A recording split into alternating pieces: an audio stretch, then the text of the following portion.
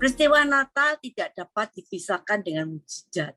Karena peristiwa Natal itu penuh dengan mukjizat, sehingga saya percaya apabila Yesus lahir di dalam hidup kita, kita percaya mukjizat akan terjadi di dalam kehidupan kita.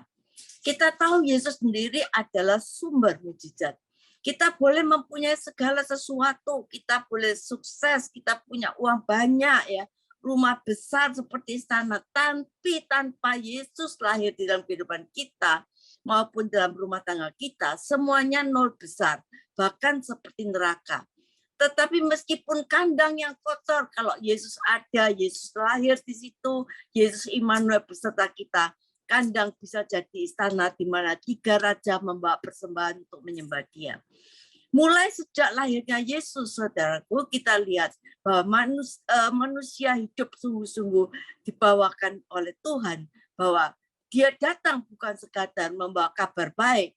Yesus datang bukan sekadar membawa ajaran, tapi Dia sekedar datang membawa sesuatu yang sangat baik bagi kita. Dikatakan Dia patahkan segala kuk, Dia patahkan segala kutuk, segala belenggu dosa, ikatan, kuasa setan, beban yang menindas, gandar yang membuat manusia tidak berdaya, segala tongkat yang tertindas yang menindas kita sehingga kita terbungkuk-bungkuk. Supaya orang yang menerimanya menerima kuasa dan memperoleh hidup yang kekal. Saudara, Natal ini adalah jaminan perjanjian kekal. Allah membuat kita yang mau menerimanya, menerima sesuatu yang kekal, artinya sesuatu yang tidak berubah. Jaminan yang mendapatkan hal yang berharga yang kekal. Kalau yang menjamin manusia, saudara, entah itu suami kita, itu saudara kita, itu mertua kita, itu bos kita, sekalipun itu semua dari mereka, saudara, manusia bisa meleset. Tapi kalau yang menjamin Yesus Kristus Tuhan, tidak akan pernah meleset dan mengecewakan kita. Kita lihat bagaimana Maria mau menerimanya. Jadi dia berkata, jadilah padaku menurut perkataanmu, sebab aku ini hamba Tuhan. Yusuf mau menerimanya, orang Majus mau menerimanya. Cuma Herodes yang tidak mau menerimanya. Saudara, kita diberi kuasa untuk memerintah. Memerintah setan-setan yang terus menghancurkan kita. Memerintah sistem dunia yang menjerumuskan kita dalam dunia. Di dalam diri kita ada kuasa untuk memerintah, menghancurkan segala sesuatu. Asal ucapkan, saudara, kita pasti, asal kita tidak bimbang, itu akan terjadi. Perkataan kita penuh berkuasa, mengusir roh ketakutan, roh putus asa, roh kepahitan, mengusir segala pikiran negatif dalam diri kita. Perkataan kita dalam nama Yesus, kita dapat memberkati orang-orang yang saat ini mengadakan dalam keadaan yang susah, saudara. Kita tahu apa yang terjadi di dalam kehidupan kita, yang berkat-berkat Tuhan kita tahu. Kita bakal memasuki tahun 2022. Kita percaya dalam nama Tuhan Yesus, kuasa setan yang menghambat segala berkat kita di dalam tahun 2022, saudara, kita patahkan di dalam nama Yesus. Saudara, tahun 2022 tidak boleh lagi menjadi tahun problem, tidak boleh lagi menjadi tahun air mata, tidak boleh lagi menjadi tahun sakit penyakit. Tapi kita ucapkan yang positif bahwa tahun 2022 adalah tahun pemulihan, tahun kesembuhan, tahun berkat Allah diturunkan atas kita. Ucapkan firman, ucapkan kata-kata berkat. Maka Tuhan akan membuka semua pintu yang tertutup. Dan apa yang Tuhan bukakan tidak ada satu kuasa yang dapat menutupnya. Asal kita tidak bimbang, itu akan terjadi. Sesuatu yang tidak pernah kita pikirkan, sesuatu yang dalam pikiran kita tidak bisa kita raih, sesuatu yang tidak bisa kita capai, tempat-tempat yang tidak bisa kita capai, yang tidak bisa kita raih. Tapi firman Allah dalam Zakaria 3 ayat 7 berkata bahwa engkau akan berdiri di tempat itu dan masuk melihat anugerah Allah. Kita, saudara, akan menjadi lambang kemurahan Tuhan. Kita akan menjadi lambang anugerah Tuhan. Kalau Yesus lahir dalam hidup kita, kita ini menjadi lambang kasih Allah, lambang sukacita surga, lambang berkat Allah. Saudara, kalau kita melihat suatu bangunan dan di atasnya ada salib, apa yang timbul dalam pikiran kita? Oh, itu gereja. Karena kita lihat apa lambangnya. Saudara, pada waktu Yesus lahir dalam hidup kita, maka firman Tuhan berkata kita harus dapat dilihat oleh dunia. bahwa kita adalah lambang anak-anak Allah yang menjadi berkat bagi banyak orang. Satu orang diselamatkan, seisi rumah tangga diselamatkan. Saudara, dalam peristiwa Natal ini adalah peristiwa mujizat. Ada 3 hal yang penting.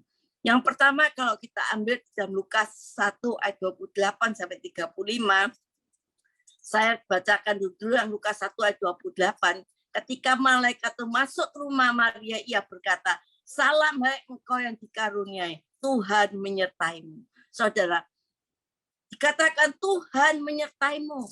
Dan dalam Lukas 1 ayat 30 dikatakan, "Jangan takut hai Maria, sebab engkau beroleh kasih karunia." Yang kedua, beroleh kasih karunia di hadapan Allah. Yang ketiga dikatakan di dalam Lukas 1 ayat 35, "Sebab malaikat itu berkata kepadanya, Roh Kudus akan turun atasmu dan kuasa Allah yang Maha Tinggi menaungi engkau. Sebab itu anaknya akan kau lahirkan akan disebut anak Allah." Saudara, yang pertama kita harus berjaga-jaga untuk apa? Untuk tetapnya Tuhan menyertai dalam hidup kita. Penyertaan Tuhan dalam hidup kita ini mempunyai arti yang sangat luar biasa. Merupakan satu kunci dalam kehidupan kita. Karena kekuatan kita sehari-hari adalah penyertaan Tuhan.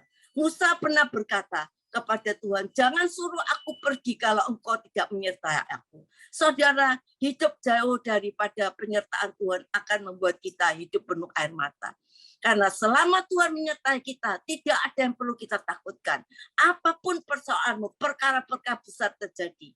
Apa yang tidak kita pikirkan, itu Tuhan sediakan. Dia pasti hancurkan musuh-musuh kita. Tidak ada yang dapat melawan kita, karena Allah ada di pihak kita. Siapa yang bisa melawan kita? Kalau Tuhan menyertai kita, dia menenteramkan hati kita. Walaupun kita ada di tengah masalah, tetapi ada sukacita, ada ketentraman, sehingga kita bisa mengambil keputusan-keputusan yang tepat.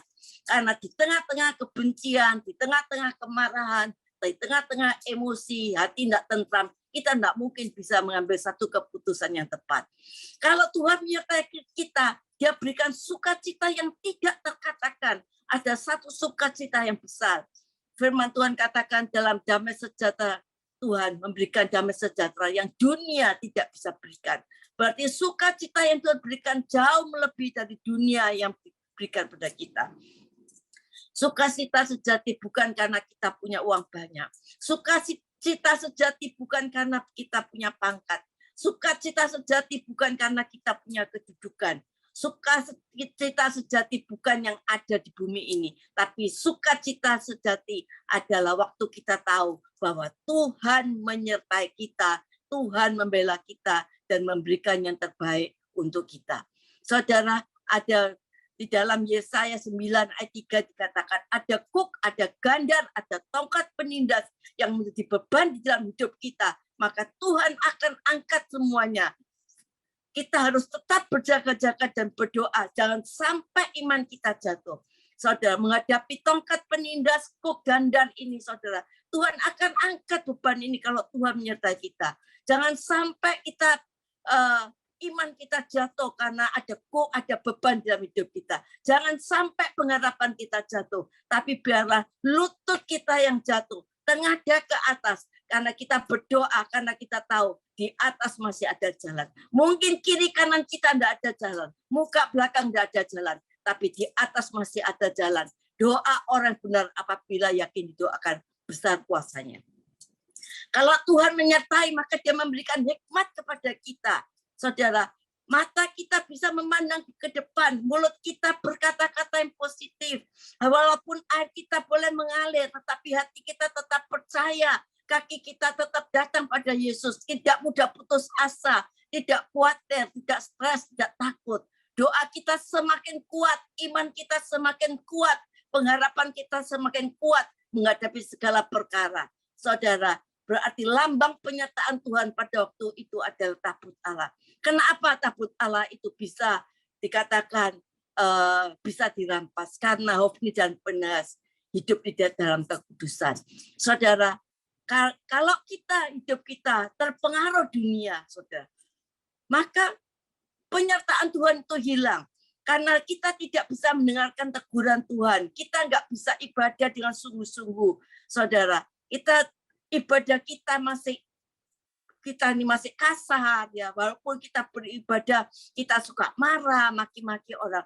Tapi saudara, kalau Allah beserta kita, Allah menunjukkan bagaimana Allah membuktikan di Taman Eden makmur. Allah di Bahtera Nuh sekeluarga diselamatkan. Dikatakan Allah menyertai Musa dengan tiang awan dan tiang api. Bangsa Israel di padang gurun bisa makan sampai kenyang, berjalan 40 tahun, sepatu tidak rusak. Bagaimana Allah menyertai Sadrak, Mesak, Abednego dalam penyiksaan dapur api yang dipanaskan 7 kali, selai rambut pun tidak terbakar. Bagaimana Allah menyertai Daniel dimasukkan dalam gua singa, gua kematian dengan ajaib, tidak diapa-apakan. Ketika Allah hadir di tengah-tengah perkawinan di Kana, di mana mereka kehabisan anggur, maka anggur air diubah menjadi anggur yang terbaik. Ketika Allah hadir di Lazarus yang meninggal, 4 hari dan busuk, Lazarus pun bangkit kembali. Selama Allah hadir menyertai kita, tidak ada perkara mustahil. Jangan pernah takut, jangan pernah khawatir. Tuhan Yesus Emmanuel, Dia menyertai kita. Yang kedua dikatakan ada kasih karunia. Saudara, jangan takut karena kita mendapatkan kasih karunia. Kita harus berjaga-jaga agar tetap beroleh kasih karunia. Saudara, kapan kita beroleh kasih karunia? Ketika kita mau mendengarkan suara Tuhan yang berbicara kepada kita. Ketika kita mengimani suara Tuhan. Ketika kita menyimpan dalam hati suara Tuhan dan berkata, Tuhan, aku ini hamba-Mu. Apapun yang Engkau nyatakan, apapun yang Engkau sampaikan, aku percaya, aku imani, aku laksanakan. Maka ketika itulah kita beroleh kasih karunia Tuhan. Bagaimana seperti respon Maria? Sehingga Maria mengalami perkara yang dahsyat. Maria sangat menghargai menerima kasih karunia. Dia mengatakan, aku ini hamba Tuhan. Ada satu kerendahan hati. Dengan perkataan Allah yang tidak mengerti, yang tidak masuk akal. Dia menyerah pasrah dengan segala keterbukaan. Dia menerima hal yang sulit dimengerti dengan resiko kehancuran hubungannya dengan Yusuf. Tapi dia berkata, aku ini hamba Tuhan. Saudara, kita berkata kepada Tuhan, kita ini hamba Tuhan, bukan hamba dosa. Kita bukan hamba uang, bukan hamba iri hati, bukan hamba hawa nafsu, bukan hamba dunia, bukan hamba dengki, bukan hamba marah, tetapi kita adalah hamba Tuhan. Saudara, kita mempunyai sikap yang percaya dan taat. Kalau kita percaya akan perkataan Tuhan, meskipun banyak resikonya yang akan kita alami, tetapi kita percaya Tuhan tidak akan mempermalukan kita. Dia memuliakan Tuhan. Bagaimana Maria memuliakan Tuhan. Di tengah-tengah tekanan yang menekan hidupnya, dia memuliakan Tuhan. Dia berkata, jiwaku memuliakan Tuhan dan hatiku bergembira karena Dia. Saudara, firman Tuhan bukan cuma untuk Maria, tapi juga untuk kita. Jangan pernah kita takut. Selama kita dipimpin oleh-Nya, kita akan menyaksikan kemuliaan dan perkara-perkara dahsyat dalam hidup kita. Saudara, bagaimana Nuh mendapatkan kasih karunia Allah. Di tengah-tengah dunia yang serba penuh dengan kejahatan, tapi Nuh menjadi orang yang benar di hadapan Tuhan. Saudara, yang ketiga kita lihat, malaikat Tuhan menjawab, Roh Kudus akan turun atasmu dan kuasa Allah yang Maha Tinggi akan menaungi engkau. Sebab itu anak yang akan kau lahirkan itu akan disebut kudus, anak Allah. Saudara, ketika kita harus berjaga-jaga, jangan sampai pengurapan Tuhan ini hilang dalam badan kita. Biarlah pengurapan Roh Kudus itu tetap turun atas hidup kita. Berkat yang terbesar yaitu kalau kita diurapi. Saudara, sadar atau tidak sadar, suka atau tidak suka, mengakui atau tidak mengakui, pada dasarnya manusia sekarang hidup dalam keterbatasan. Kita ini terbatas dalam kemampuan kita. Kita terbatas di dalam menghadapi tantangan. Kita cenderung untuk mudah kecewa, cenderung mudah putus asa, gampang lemah. Kita terbatas dalam mengontrol emosi, saudara. Kadang-kadang emosi kita ini meledak-ledak, apalagi kalau marah. Kita terbatas dalam merancangan hari depan kita, mudah ikut-ikutan. Kita tidak menjadi orang yang terpengaruh. Tapi kalau kita diurapi Tuhan, maka kita akan berkata, biarlah kehendak Tuhan yang jadi, biarlah kehendak-Mu yang terjadi. Karena apa? Di dalam Roma 3 ayat 23, manusia ini sudah kehilangan kemuliaan Allah. yaitu manusia sudah kehilangan kuasa, kehilangan otoritas. Kita lihat Hawa sudah pakai pikirannya sendiri. Manusia sudah menjadi bodoh dan mulai kehilangan semuanya. Banyak orang jadi bodoh pakai pikirannya sendiri. Tidak mau ingin jadi, mereka mau menjadi seperti Allah. Pada dasarnya manusia ini sudah powerless, kehilangan kuasa. Seperti Paulus berkata, setiap kali aku mau berbuat yang baik, yang jahat selalu timbul. Saudara, tetapi kalau kita diurapi Tuhan, maka kita menjadi kuat. Siapa yang perlu diurapi Tuhan? Ya, setiap orang yang mau kuat di dalam Tuhan. Mazmur 27 ayat 7 Daud berkata, sekarang aku tahu bahwa Tuhan memberi kemenangan kepada orang diurapinya. Orang yang hebat bisa jatuh, orang yang pintar bisa gagal, tetapi orang diurapi Tuhan akan melihat perkara-perkara besar. Siapa yang perlu diurapi Tuhan? Semua yang melayani Tuhan dengan benar, bukan melayani Tuhan dengan terpaksa, merasa karena mampu, merasa ada waktu, tapi melayani Tuhan benar dengan menyenangkan hati Tuhan, ya, menjadi berkat bagi jiwa-jiwa. Dan siapa yang mau dia harus diurapi Tuhan, yaitu setiap orang yang mau sukses dalam keseharian yang menjadi tanggung jawabnya. Kita tahu raja-raja, nabi-nabi dulu sebelum mereka berkuasa, mereka diurapi dahulu. Dan orang siapa yang mau diurapi Tuhan, yaitu setiap orang yang mau berjalan dan kemuliaan Tuhan. Saudara, kalau kita tidak berjalan miring kiri, miring kanan, tapi kita jalan di dalam jalan Tuhan, kita diurapi Tuhan, maka saya percaya ada kemuliaan Allah yang turun atas hidup kita. Urapan Roh Kudus itu menjadikan mujizat di dalam hidup kita. Saudara, ayo di dalam kita merayakan Natal ini, bukan sekedar merayakan, tapi kita mau periksa hati kita. Apakah kita sebenar-benar hidup kita ada dalam penyertaan Tuhan? Apakah pengurapan Tuhan itu terus ada di dalam hidup kita? Apakah kita sungguh-sungguh kasih karunia Allah itu tetap ada dalam hidup kita. Kita cek diri kita. Ayo saudara, kalau kita masih sudah kehilangan itu dalam tahun ini, kita mau kembali, kita pulihkan kembali. Kita percaya mujizat demi mujizat, kemuliaan demi kemuliaan akan terjadi dalam kehidupan kita. Kita lihat Yusuf bagaimana Yusuf orang yang taat. Dia waktu dia membawa lari Yesus karena dikejar Herodes, saudara. Dia menggendong ini Yesus. Tetapi pada waktu Yesus sudah besar, saudara.